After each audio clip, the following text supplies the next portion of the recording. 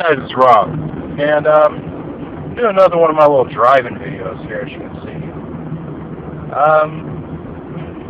It's like Tuesday morning, which for me is Monday night because I work overnight. And last night was basically the last night, those last few hours for Charticon's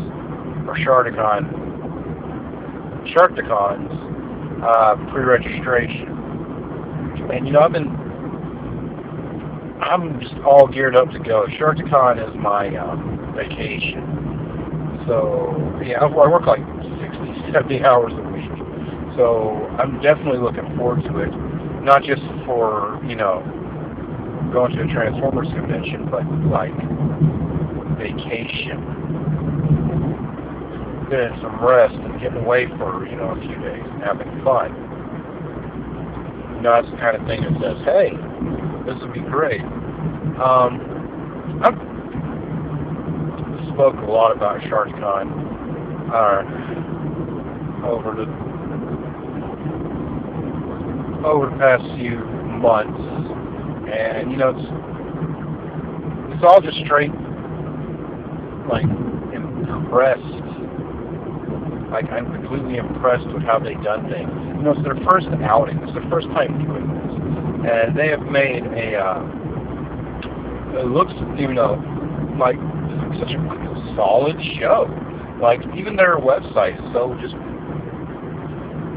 it's characterful. Like, their graphical presentation, their use of the Charticons and everything. It's like, man, these guys are really on it, like, they got a good guest list. They got like Hal Ray, who I've never met yet. He was Snarl the Dinobot, as well as one of the Insecticons. And in second grade on Halloween, I was Snarl for Halloween. This is a true story. Those Ben Cooper Halloween costumes with like the rubber little suit with the picture of the character on the chest and like a little pullover mask. Yeah, I had that. It was Snarl the Dinobot. Now it's him for Halloween. I still got the mask, which is in a little worse for wear shape, but for the most part, it's totally Snarl's face. And it's just like, hey, I was you for Halloween. And not in a cosplay way, but in the traditional Ben Cooper sense. One thing about Hal, like I said, I've never met him before. It'd be nice to meet him. He was Scott on the Teen Wolf cartoon. For those of you who don't know, Teen Wolf, the movie, of course, Michael J. Fox, not the current TV show, reached a little bit of popularity this day, and it got a Saturday morning cartoon that ran for like a season. I don't think it even got the whole season. I don't think it did very well. But he was Scott Howard, basically, Michael J. Fox's character in the movie, in that cartoon. Or at least that's what I'm hearing. And I was like, wow, really? But also, he was in Galaxy High, which was on about the same time on, I think, CBS. He was like the main jock character. You guys excuse me for not remembering his name very well. And Sue Blue, RC, was the female star of the show. Basically, his jock. He was a jock, and she was a nerdy character, but they were going to Galaxy High, where the nerdy character was the cool one, and the jock was the lame one. And just like any era cartoon from that era, it had a ton of Transformers voice actors. But I just thought that was so cool. But like, that was a show I really enjoyed when it was on. It's like, oh man, that's him. When I found out, and of course, David Sobel was going to be there, and he's Shockwave at Prime, but I always think of him as a depth charge from Beast Wars because I was just a huge Beast Wars fan, still am, and definitely from season 3, Depth Charge really resonated with me. I mean, very strongly. I've gotten all of his toys just because I really like Depth Charge. The whole sort of angry cop character. I just always really liked him. So it's going to be a real, treat for me to meet him. And I like his Shockwave voice. I really do. It's to me, it sounds more like a cold-hearted computer than Corey Burton. That's no disrespect to Mr. Corey Burton whatsoever. It's just Corey Burton's is like, oh, Megatron is falling. You know, it kind of sounded like Bane. But I think you guys get what I'm saying. There's no respect to Corey Burton's, but he didn't really sound so much like the cold-hearted computer. He just kind of sounded like a charming fellow. While David's voice, you know, sure, he's not, hi, I'm Shockwave. You know, he's speaking monotone and flat out, but he sounds like that cold-hearted, just machine that we know Shockwave is. And that's why I really like his voice for him. But really, it's all about depth charge. I'd like to meet. I didn't go to BotCon this year. I couldn't go. Just couldn't make the trip to California. So it's gonna be great to see him. Just be like, yeah, this is the dude who did depth charge. You know, one of my favorite characters from these stories. And of course, Mr. Paul Iden's gonna be there. Receptor, hello. He's a really cool guy. He's one of my Facebook friends. And you know, it's like everyone was like, yeah, you're friends with a voice actor on Facebook. But he like wished me happy birthday and stuff. You know, it's just like, hey, thanks, Paul. You know, stuff like that. You know, it's a little thing that really can mean a lot sometimes. It's like, hey, Paul, thanks, dude. You know, Receptor said happy birthday. See, my phone is down here on my lap as I drive, and I got to wonder if people drive past me and saw me do that, and they're like, that dude on drugs? And I'm like, yeah, actually I am. I took like an ibuprofen earlier because I had a headache. That's a drug, right? I don't know. He's feeling no pain right now. Actually, that's just ibuprofen. It's still twinges just a little bit there. But also, Daniel Ross, or as we all know him in the fandom, Mouth04, he did Starscream's voice in the DS Transformers the Movies game. He's going to be there. And, you know, he was at SABCon last year. And he's kind of a staple at conventions. You know, he's coming. And he's done voice work, so he's always like, hey, you're a fan that's contributed to the franchise. And that's really awesome. So it's always cool to see him. And he's a really nice guy. You know, I like Daniel quite a bit. And of course, John Bailey Crumpton is going to be there, John 3.0 on YouTube. He makes all those great videos. And he's actually a professional voice artist. And the thing is, I've only recently gotten to know John. I knew of him, but not really knew him that much. But I know his older brother, Craig, who's actually, you know, I've known him for quite a long time, and he's a great guy. He's like, so it's kind of funny. I'm like, oh, okay, yeah, your brother, John. Oh, small world. Your brother is the John from YouTube. And John's videos are really, really fun. Like, he makes just really good. You know how sometimes people have their dog on their lap when they're driving? I totally swore this big poodle-looking thing was driving this Kia. And I was just like, couldn't help but staring. But no, it's just some weird lady with their dog in her lap. You know, so I'm holding a phone in my lap while I drive, and I'm just kind of glancing down at it, much like someone with their GPS. This person has a living creature just squirming around in their lap and driving faster and slower. It's like, I'm keeping distance, you know. But where was I? You know, they got so many artists, I can't even really begin to list them. At the con. That's really cool. Comic artists are really fun, not only to meet and say, like, put a face to the person who's done this cool art that you really appreciated over time, like covers and whatever, but you know, you get to like talk to them a little bit, kind of like, hey, wow, you know, it's like, it seems kind of stupid to say this, and it always sounds stupid, but I think most people can relate. It almost doesn't seem like regular, everyday people make this stuff. You know, you're like, hey, that, like, think of just your favorite comic cover, and you're like, you know, a person drew that. Oh, 0. I'm at a red light. You know, a person drew that, but there's always a sort of, just like an actor or whatever, there's always that sort of just step away from reality, that kind of wall of, just like the imaginary wall of like something else, like maybe a plane of illusion or whatever.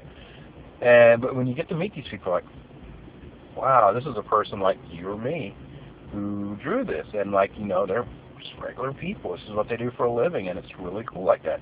Like one of the artists, Mr. James Biggie, he's a friend of mine. He's a cool ass dude, and he makes some really cool prints. I suggest you guys go by, whoever's there, check him out. He makes some really awesome like poster prints, and they're really cool. I got some of them. He does great stuff. He's a cool dude.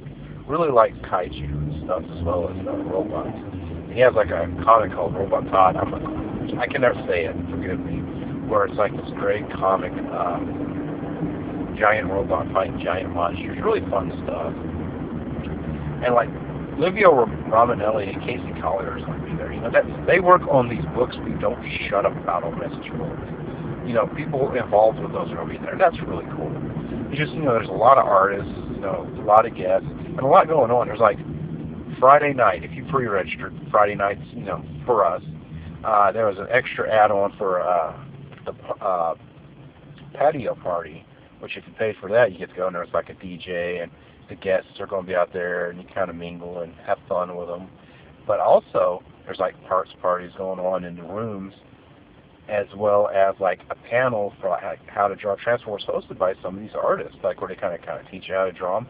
That's really cool stuff, and it's really, even if you're not a artsy type that like to draw, it's really kind of fun to kind of see how it all kind of comes together. Like a line here, a line there, a circle, and here.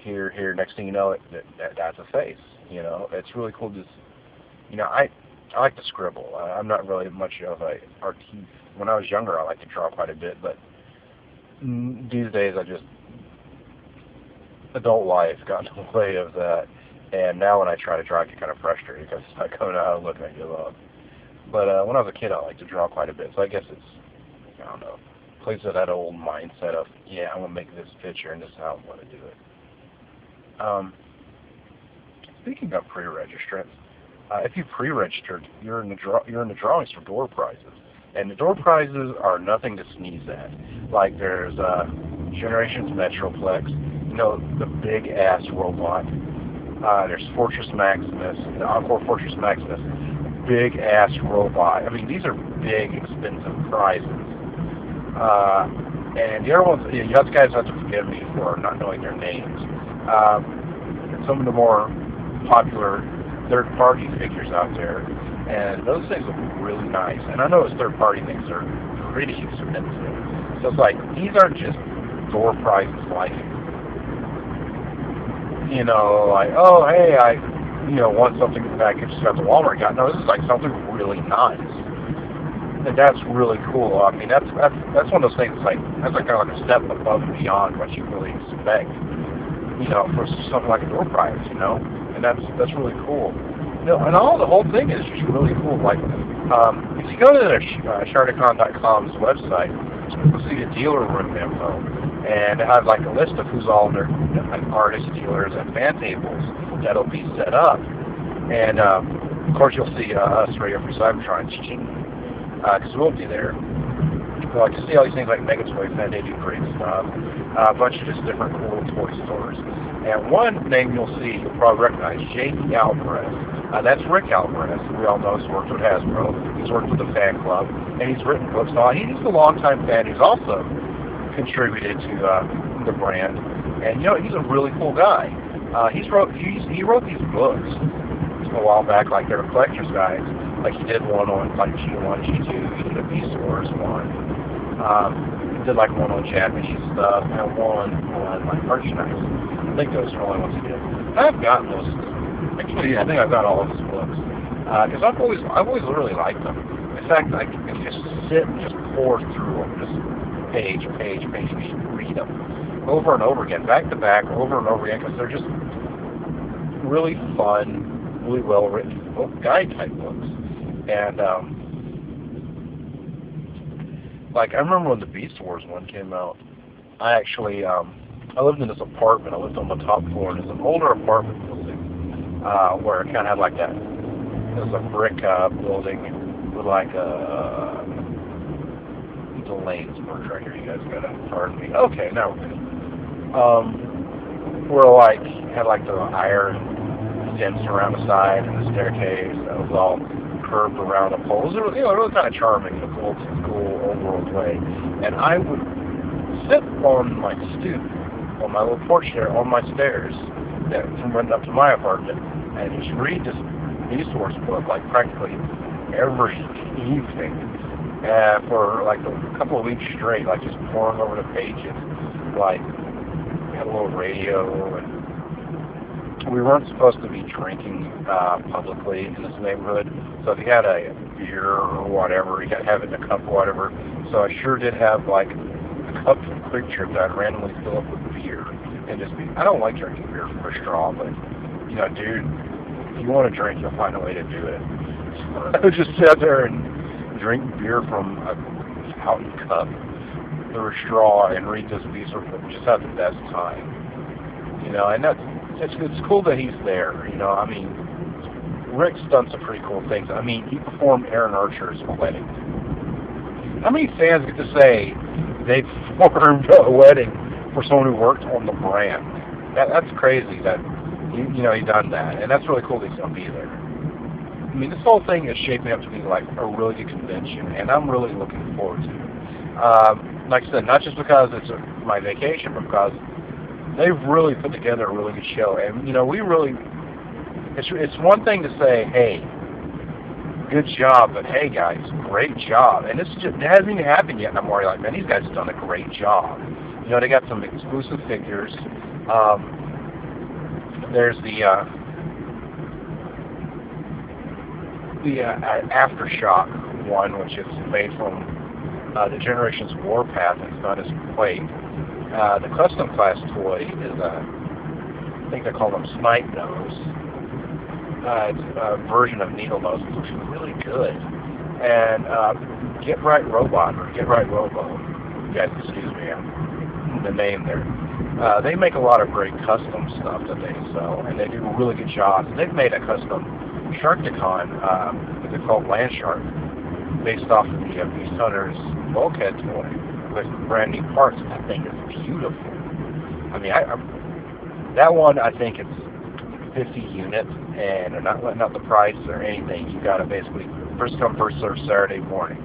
And I'm camping. You know, I want one of those. So here's hoping I get to get one. At least for me, anyway. And that's just, man, guys, you guys, if you're not coming, I'm going to say you guys are missing out. And it hasn't even happened yet. So, I don't know. At this point, I'm rambling. I'm rambling because I really mean it. It looks like it's going to be a great freaking convention. And I just can't wait to go. And I'm almost home now. So, I will talk to you guys later. And thanks for watching. Check out all of our stuff at tfradio.net. Thanks.